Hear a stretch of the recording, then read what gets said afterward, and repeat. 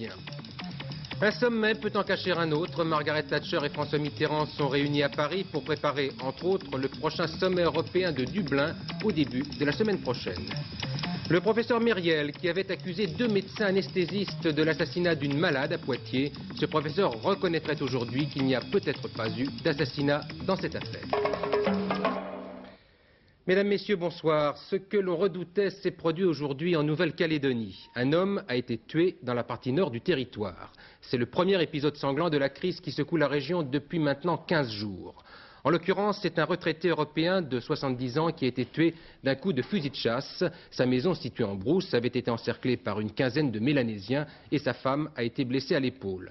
Un événement qui suscite bien sûr une très vive émotion dans la communauté blanche, bien que l'on ignore encore les conditions exactes de la tuerie. Tout de suite, des précisions avec notre envoyé spécial Jean-Michel Mercurol qui vient de nous appeler au téléphone. Il est maintenant 6 heures du matin en Nouvelle-Calédonie. Le drame s'est déroulé il y a une douzaine d'heures en pleine brousse, à 400 km de Nouméa. Les gendarmes dépêchés sur place ont préféré attendre le jour pour progresser ce matin dans cette région difficile du nord-est, mais familière aux tribus Kanak. Selon l'épouse du fermier, il ne fait pas de doute que les agresseurs étaient mélanésiens. Personne ne peut dire à l'heure actuelle qui ils sont, encore moins s'il s'agit ou non d'indépendantistes. Il faut signaler que la gendarmerie de la région était occupée depuis le matin par le FLNKS. Jusqu'ici, la situation était tendue pratiquement sur tous les points du territoire, excepté Nouméa. Aujourd'hui, tout semble remis en question et chacun redoute des actions de représailles. La nouvelle du meurtre a été connue par les Calédoniens en même temps que celle de la libération du sous-préfet de Lifou, séquestré par le FLNKS. Mais la mort d'un fermier blanc pourrait bien désormais occulter ce geste d'apaisement des indépendantistes. Oui, une bonne nouvelle quand même, vous l'avez entendu, la libération du sous-préfet des îles Loyauté. Cela dit, les hommes politiques, eux, n'ont retenu aujourd'hui que la mort de l'agriculteur européen. Les réactions n'ont pas tardé en France, dans la majorité comme dans l'opposition, à commencer par celle du secrétaire d'État chargé des DOM-TOM, M. Lemoine, qui a lancé cet après-midi un appel au calme et au sang-froid à l'intention des deux communautés. Rien ne se fera de durable dans ce territoire hors de la reconnaissance mutuelle des uns et des autres à travers leurs particularités, à travers leurs spécificités, à travers la reconnaissance de civilisations différentes. La civilisation mélanésienne existe, la civilisation européenne existe. Il faut que ces deux types de civilisations, loin de vouloir s'annihiler, s'enrichissent. Et moi, j'ai toujours été infidèle de ce qui était le mot d'ordre, le mot de rassemblement de l'Union calédonienne, 2 couleurs, un seul peuple. Ce mot d'ordre, je l'ai défendu hier et je le défendrai encore pour demain. Réaction aussi du côté de l'opposition dont les leaders demandent le rétablissement de l'ordre dans la région. Des réactions très semblables, vous allez l'entendre, au RPR et à l'UDF. Écoutez celle de messieurs Gaudin et Pasqua. La priorité en Nouvelle-Calédonie, ça n'est pas de discuter avec les indépendantistes. C'est d'assurer l'ordre républicain, d'assurer la sécurité de toutes les populations, de reconnaître le gouvernement issu de la volonté démocratique des néo-calédoniens. Voilà ce qu'il faut faire avant de dialoguer avec les indépendantistes. Et aujourd'hui, ce drame qui vient de se produire, je souhaite de tout cœur que ce ne soit pas un engrenage. Le premier devoir du gouvernement est d'assurer la sécurité et de rétablir l'ordre. C'est non seulement un devoir moral, mais c'est également le devoir et la charge qui lui est reconnu et imparti par la Constitution. Et compte tenu des événements qui sont survenus, je crois que le moment est venu pour le président de la République, garant de l'intégrité nationale en fonction de l'article 5 de la Constitution, de prendre lui-même ses responsabilités. Si d'aventure le gouvernement n'assumait pas sa tâche, alors nous serions devant une autre situation. Mais j'espère que les mesures nécessaires seront prises très vite, on n'a que trop attendu.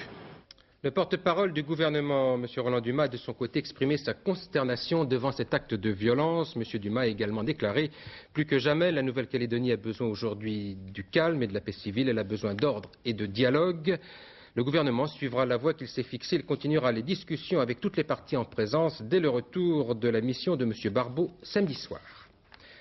Alors, la violence de ces derniers événements ne doit toutefois pas cacher que la situation demeure assez différente selon que l'on se trouve en brousse ou dans les villes en Nouvelle-Calédonie.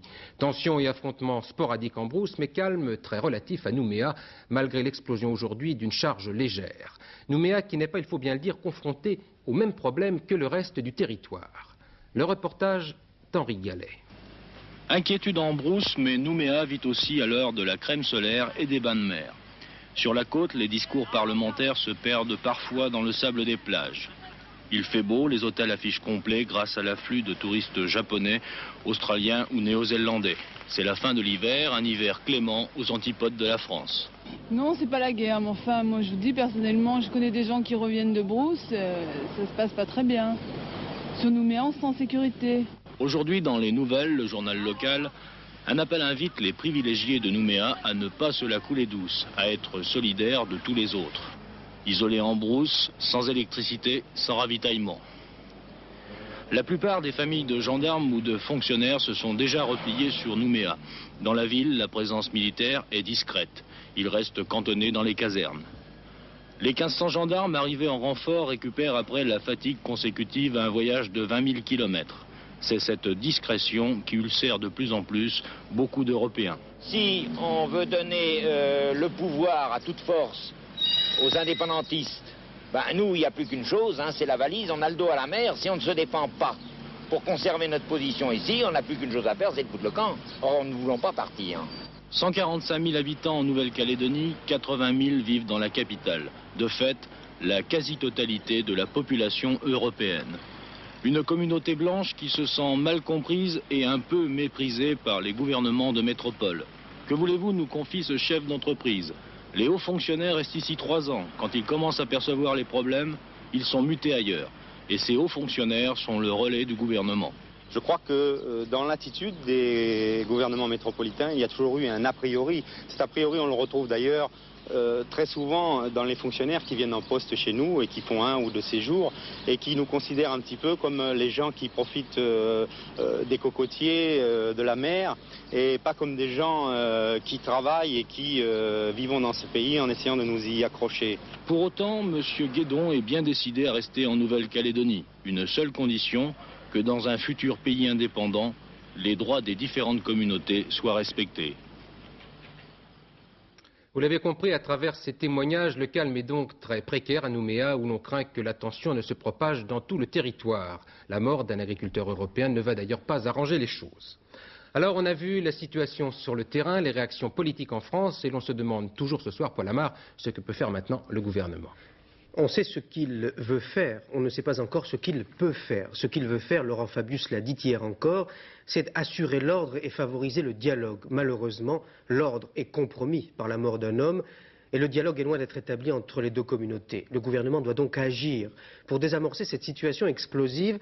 Mais quoi qu'il fasse, il prend des risques. S'il demande aux gendarmes d'intervenir, la légalité républicaine sera respectée, mais là-bas, les Kanaks pourraient se révolter, et ici à Paris, les communistes et des socialistes dénonceraient l'expédition néocoloniale.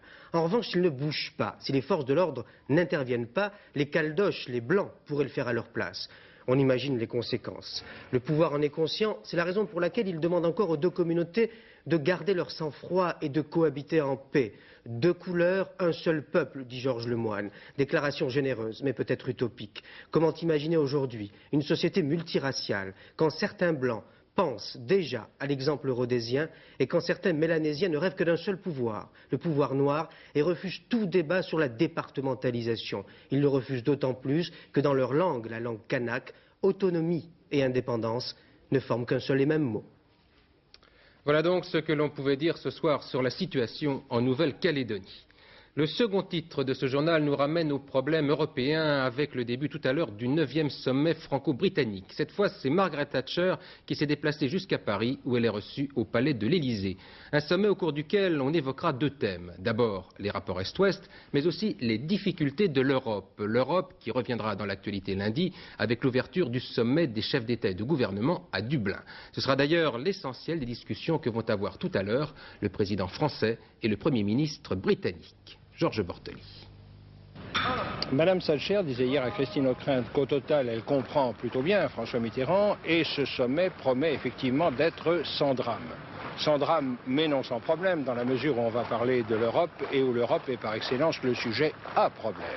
La question du jour, vous le savez, c'est l'entrée de l'Espagne et du Portugal dans la communauté, une entrée sur laquelle bien sûr Londres et Paris sont d'accord, mais d'accord chacun à sa manière. De toute façon, cela ne se règle pas à 2 seulement, il faudra attendre d'être à 10 la semaine prochaine à Dublin. En attendant, Mme Thatcher et M. Mitterrand ont aussi un autre grand sujet de conversation qui est la relance du dialogue Est-Ouest. Alors là aussi, on est d'accord en principe, mais avec des nuances, dans la mesure où Mme Thatcher serait plutôt l'allié presque inconditionnel de M. Reagan, tandis que vis-à-vis de Washington, M. Mitterrand, lui, est un allié fidèle, certes, mais avec par-ci, par-là, quelques réticences. De leur côté, les ministres européens des Affaires étrangères planchaient aujourd'hui à Bruxelles pour tenter de trouver un terrain d'accord sur le problème cactus de l'élargissement de la communauté à l'Espagne et au Portugal. Il n'y a d'ailleurs pas eu de miracle, les ministres ont buté une nouvelle fois sur le problème du vin, un problème qui bloque toute discussion. L'adhésion de l'Espagne et du Portugal paraît en effet difficilement imaginable alors que l'Europe vit très mal sa surproduction de produits viticoles. Une surproduction qui est d'ailleurs pour beaucoup la conséquence d'une baisse importante de la consommation des vins de table dans la communauté, ce qui ne fait pas l'affaire de l'Espagne et du Portugal, qui sont tous deux de gros producteurs de vin. Un dossier que nous présente Jean-Marc Dubois. Le vin de table n'a plus la faveur des Français. À la bouteille étoilée, ils préfèrent maintenant l'eau du robinet. Et en 83, la baisse de consommation de vin de table aura été de plus d'1 million d'hectolitres, soit 125 millions de bouteilles, un véritable phénomène de société.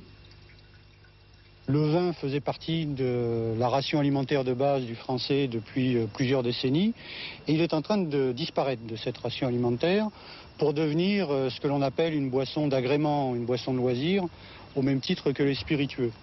Donc la conséquence à terme, c'est qu'on va vers une diminution constante et relativement importante du vignoble méridional.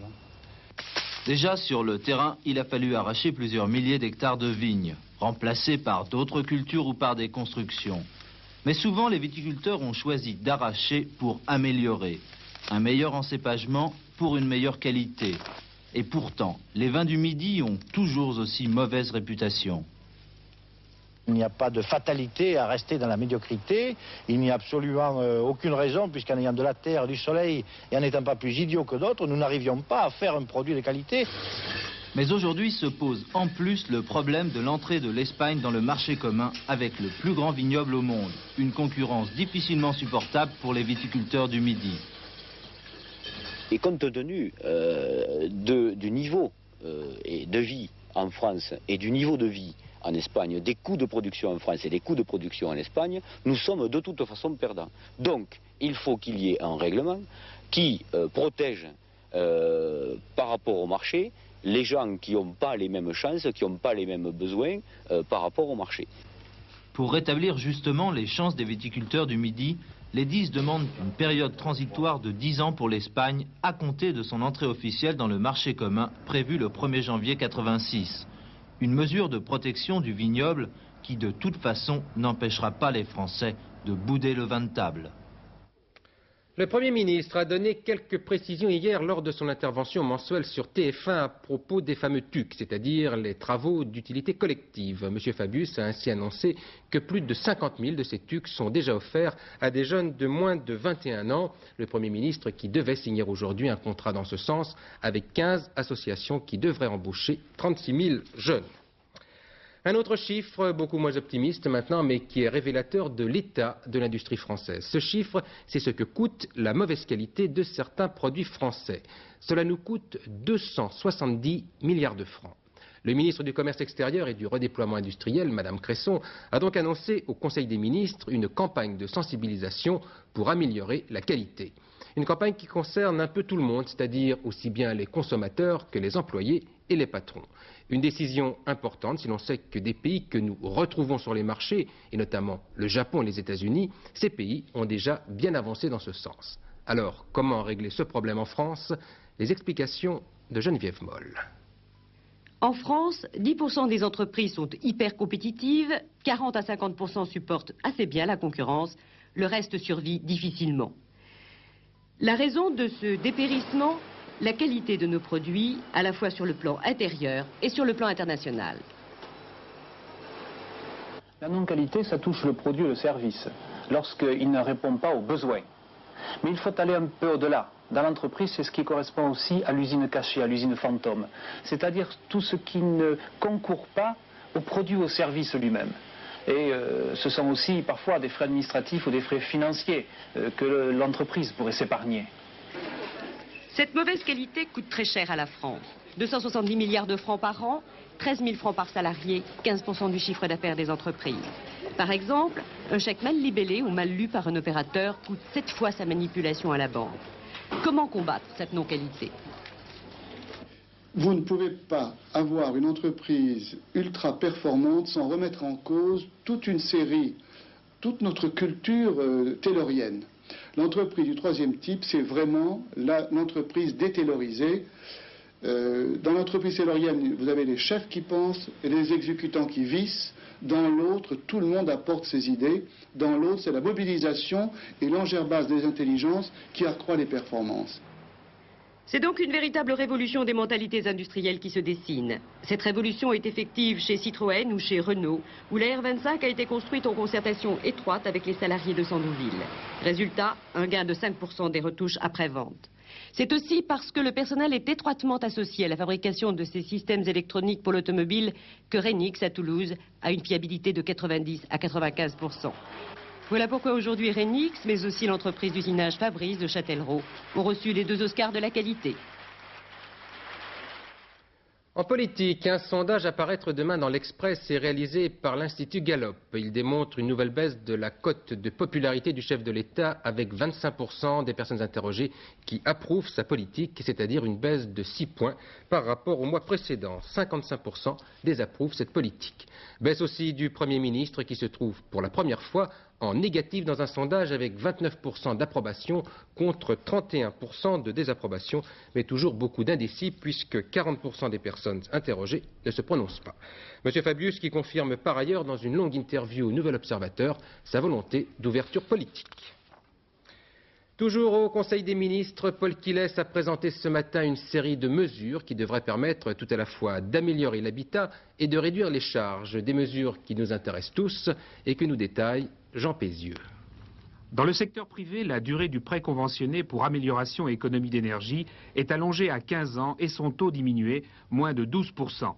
Le montant des travaux pour y avoir droit est abaissé à 25 000 francs, ce qui permettra de financer des travaux plus modestes comme la régulation du chauffage, l'isolation des tuyauteries, mais des travaux qui sont très rentables.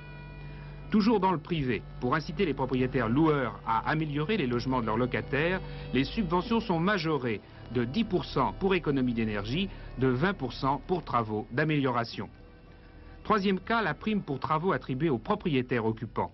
Elle ne sera plus versée à tous, mais aux plus modestes, qu'elle aidera davantage. Elle atteindra jusqu'à 1 400 francs par ménage. Enfin, les HLM. Une nouvelle subvention est créée d'un montant maximum de 3 000 francs par logement, complété par un prêt à taux réduit, 9,5%. Objectif, faire des travaux d'économie d'énergie sur 100 000 HLM de plus par an pour abaisser les charges locatives d'environ 10%. Contrairement aux travaux lourds, façades, toitures, etc., l'avantage de la nouvelle aide est qu'elle n'entraînera pas de hausse des loyers. Un habitat qui se dégrade est source de coûts ultérieurs. Et qu'un habitat de qualité, ça suppose bien sûr des investissements, que ce soit au départ dans le cadre de la construction ou que ce soit en dépenses pour améliorer l'habitat. Mais à terme, c'est un gain parce que les locataires sont davantage motivés pour participer à la gestion de leur habitat. Et en ce sens, je crois que l'intérêt des propriétaires, c'est d'aller dans ce sens-là. Donc l'intérêt des propriétaires pourrait rejoindre demain ceux des locataires? pourquoi pas? Et déjà ce soir, une réaction plutôt réservée des professionnels du bâtiment qui ont pris connaissance tout à l'heure de ces mesures. À l'étranger, la garde civile de la province de Navarre, en Espagne, vient d'annoncer le démantèlement d'un commando de l'organisation indépendantiste basque ETA Militaire. 2 personnes ont été arrêtées à la suite du mitraillage d'une voiture de la garde civile. Hervé Brousini. Il ne manquait rien au commando Mendaour. Manuel d'explication pour la confection de cocktails Molotov, équipement sophistiqué d'écoute téléphonique, pistolet 9 mm, 40 kg de plastique, détonateur à télécommande. Avec cet arsenal, selon les policiers espagnols, les hommes de l'organisation clandestine basque ETA Militaire s'apprêtaient à commettre plusieurs attentats.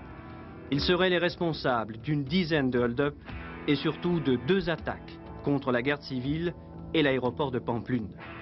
2 hommes de ce commando ont été arrêtés. Ils sont jeunes. Leoncio Marquez et Enrique Machin ont tous deux 23 ans. La garde civile les a localisés ici même, peu après le mitraillage de l'un de ces véhicules le 27 novembre dernier. La réorganisation de la police espagnole, opérée il y a 2 ans et demi, semble donc porter ses fruits. Un autre groupe a été démantelé il y a un mois à Bilbao, mais la police n'ignore pas que chaque commando de l'ETA militaire possède sa doublure. Par ailleurs, 2 membres présumés du groupe antiterroriste de Libération, le GAL, ont été remis en liberté, l'un pour des raisons de procédure judiciaire, l'autre parce que la chambre de la cour d'appel de Pau a considéré que les charges pesant sur lui étaient insuffisantes. Il s'agit de Jean-Philippe Labade, considéré par la police comme l'un des principaux responsables du GAL. On ne s'y retrouve plus guère dans l'affaire de Poitiers, où une jeune femme est morte pendant une anesthésie à l'hôpital de la ville. Dans un premier temps, le professeur Myriel, qui dirige le service d'anesthésie de l'hôpital, avait accusé 2 médecins d'assassinat. Ce soir, il reconnaît, semble-t-il, que la mort de la patiente pourrait avoir d'autres causes. Sur place, Thierry Calmette. Au CHU de la Milletterie, la reconstitution a commencé vers 14 h dans le service du professeur Myriel. Pendant 5 heures, le juge Auvert a demandé au personnel médical de refaire les gestes qu'ils avaient faits le 30 octobre dernier pendant l'opération de Nicole Berneron. Ce soir, aucun fait nouveau n'a filtré. Mais à l'hôpital, les langues se délient. Nicole Berneron pourrait n'avoir été victime que d'un accident. Un syndrome de Mendelssohn, par exemple, c'est-à-dire une obstruction des bronches par le liquide gastrique. Ou bien une difficulté respiratoire aiguë provoquée par le changement d'inclinaison de la table d'opération au moment du réveil. La description de l'anesthésie, enfin le protocole d'anesthésie, la feuille d'anesthésie n'ont pas été saisies dès le départ. Le juge ne s'est pas tellement entouré de conseils médicaux, ce qui fait que l'enquête a beaucoup traîné et c'est surtout porté sur le CHU et sur les capacités morales de Bakary Diallo. Confidence aujourd'hui facilitée par les déclarations des avocats du docteur Diallo qui mettent en cause le déroulement de l'enquête et qui ce matin nous faisaient une révélation.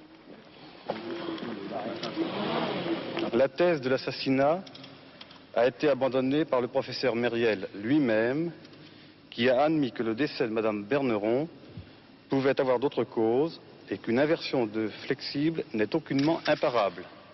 S'il ne s'agit pas d'un assassinat, pourquoi le professeur Myriel a-t-il accusé aussi durement ses 2 collaborateurs? Et pourquoi ceux-ci sont-ils toujours inculpés d'assassinat et incarcérés? Tant que l'on ne connaîtra pas les causes exactes du décès de Nicole Berneron et que l'on ne saura pas avec certitude si les tuyaux du respirateur ont été inversés, chacun pourra ici défendre sa thèse à son gré. Oui, une bien curieuse affaire maintenant qui vient relancer la polémique sur certaines pratiques de la police. Une femme algérienne de 47 ans, mère de 11 enfants, est morte après une perquisition à son domicile et une garde à vue au commissariat. Et voilà que l'on se trouve aujourd'hui en pleine querelle d'experts sur l'utilisation de gaz lacrymogènes et l'éventuelle responsabilité de ces gaz dans la mort de cette femme. L'enquête d'Isabelle Bechler et Noël Alexandre. 14 août 84, un juge ordonne une perquisition à Jeuf, chez les Aoudache, dans le cadre d'un vol de bijoux, car le fils aîné, Ossine, 28 ans, est soupçonné. Le père n'est pas là, Madame Aoudache est seule avec ses 5 plus jeunes enfants. La perquisition sera pour le moins musclée. 11 policiers en civil font irruption dans la petite maison. Ils ont trouvé une clé sur leur passage, les petits jouaient dans le couloir, ils se sont retrouvés par terre. Celui qu'ils avaient appelé chef, il a dit comme ça. Oui, mais les bijoux qu'elle a sur elle, alors ils lui ont sauté dessus. Puis ils ont essayé de lui enlever ses bijoux. Et puis ma mère, elle voulait pas. Mais ils l'ont pris, ils l'ont mis par terre et ils lui ont mis du gaz lacrymogène. Sur elle, il tenait la bombe comme ça, puis il y avait le visage de ma mère sur elle carrément. Ils l'ont pris par les pieds, par les bras. Ils ont été dans le camion, ils l'ont emmené. Ils l'ont porté dans le camion? Comme un mouton, quoi. Madame Aoudache est emmenée au commissariat où ses grands-fils sont déjà gardés à vue. Là encore, les policiers utilisent les gaz lacrymogènes. Le médecin de garde appelé au commissariat pour un certificat l'a constaté. J'ai constaté deux choses. La première, beaucoup de voitures, beaucoup de camionnettes, beaucoup de monde, en quelque sorte, avec beaucoup d'ébullition. Et la seconde, une odeur de gaz lacrymogène en entrant dans le commissariat. Vous êtes arrivé au commissariat pour examiner Madame Aoudache, alors dans quel état se trouvait-elle à ce moment-là? Ah, ça je ne peux pas vous le dire, c'est couvert par le secret médical. Mais est-ce que les gaz lacrymogènes ou leur présence sont quelque chose d'exceptionnel? Vous aviez été étonné ou pas vraiment? Étonné non, parce qu'en différentes circonstances, il est arrivé d'examiner des gens qui avaient reçu des gaz lacrymogènes. Une personne un peu excitée, un peu agitée, arrivera avec des gaz lacrymogènes. C'est comme ça qu'on calme les gens qui sont un peu remuants? Oui, habituellement c'est comme ça qu'on les calme. Oui. De retour chez elle, après 2 heures d'interrogatoire, Madame Aoudache commence à ressentir des troubles. Elle est rentrée, puis elle s'est mise assise sur le fauteuil, elle était pleine de sueur. Après, elle est montée en haut, elle crachait de la mousse blanche. Puis c'est l'hôpital où Madame Aoudache arrive avec des symptômes d'œdème aigu pulmonaire et un taux très élevé de sucre dans le sang. On la traite pour un coma diabétique, mais son état se complique. Elle meurt 1h30 après son admission. La bataille des experts va commencer. Première autopsie, mort subite par coma diabétique dû au stress. Contre-autopsie, mort entièrement naturelle. Voilà 15 jours, le procureur de la République fait savoir que la mort est naturelle. Mais pourquoi n'a-t-il jamais fait état d'une 3e expertise, celle-ci, qui incrimine les gaz lacrymogènes et leur attribue la mort de Madame Aoudache? Tout tourne aujourd'hui autour de leur utilisation, qui est strictement réglementée par le ministère de l'Intérieur. Les policiers ne doivent pas s'en servir en milieu fermé. Aujourd'hui, ils réagissent enfin aux soupçons de bavure. Je m'insurge contre le terme bavure policière. Nos collègues n'ont fait qu'exercer pleinement leur mission. Et quand vous me parlez de gaz lacrymogène, je crois qu'il n'est pas interdit pour les policiers d'utiliser ces gaz lacrymogènes. C'est prévu dans les textes. Alors. Usage abusif des gaz ou pas, les 11 enfants orphelins exigent maintenant qu'on détermine avec certitude les causes de la mort de leur mère. Tout autre chose maintenant avec le sport et d'abord la victoire de la Peugeot 205 Turbo au rallye de Grande-Bretagne. La voiture française pilotée par le Finlandais Harri Vatanen l'a remportée de justesse avec 41 secondes d'avance. Juste derrière venait l'Audi Quattro de Nicolas. Quant à la Française Michèle Mentard, elle s'est classée 4e. Et puisque nous parlons voiture, vous devez aussi savoir que l'Opel Kadett a été consacrée voiture de l'année, un trophée attribué par notre confrère L'Équipe et 5 autres magazines européens. La Kadett est donc arrivée en tête, suivie en 2e position par la Renault 25. La Kadett succède ainsi à l'Audi 100 et à la Fiat Uno. En football, Henri Michel a communiqué cet après-midi la liste des 16 joueurs retenus pour affronter le 8 décembre la RDA au Parc des Princes. Un match qui compte pour la Coupe du Monde de football. Henri Michel a bien sûr rappelé le Bordelais Giresse et le Parisien Dominique Rocheteau. Ces 2 joueurs remplaceront Thierry Tussaud et José Touret. Les résultats du quartet maintenant avec pour combinaison gagnante le 5, le 17, le 9 et le 10. Un bulletin coché dans le bon ordre rapporte pour 5 francs 89 000 francs. Et si votre pince a glissé, cela ne vous rapporte plus que 3 751 francs 50, toujours pour 5 francs. Voilà la météo maintenant en compagnie de Laurent Boussier. Oui, et jusqu'où va-t-on aller avec ce mois de novembre qui se prend pour un mois de septembre et dont la devise semble être toujours mieux? Cela dit, les nuages reviennent, ils reviennent par l'ouest et par le sud, comme nous le montre la photo satellite. L'anticyclone qui nous protégeait se décale vers l'est et les nuages qui étaient sur l'Atlantique et sur l'Espagne remontent vers le sud.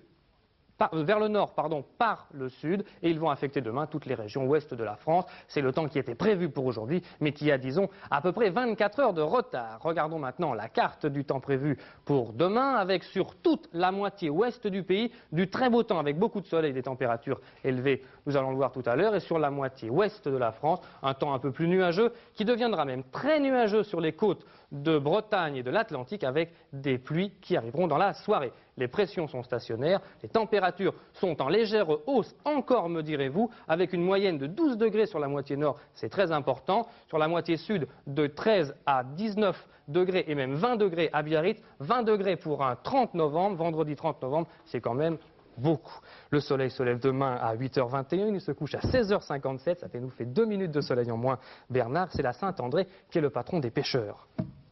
Oui, et c'est Hervé Claude qui sera dans ce fauteuil aux environs de 23h pour le tout dernier journal. Demain, Noël Mamère à 12h45, Jean-Claude Alanic à 18h30. Bonsoir, à demain 20h.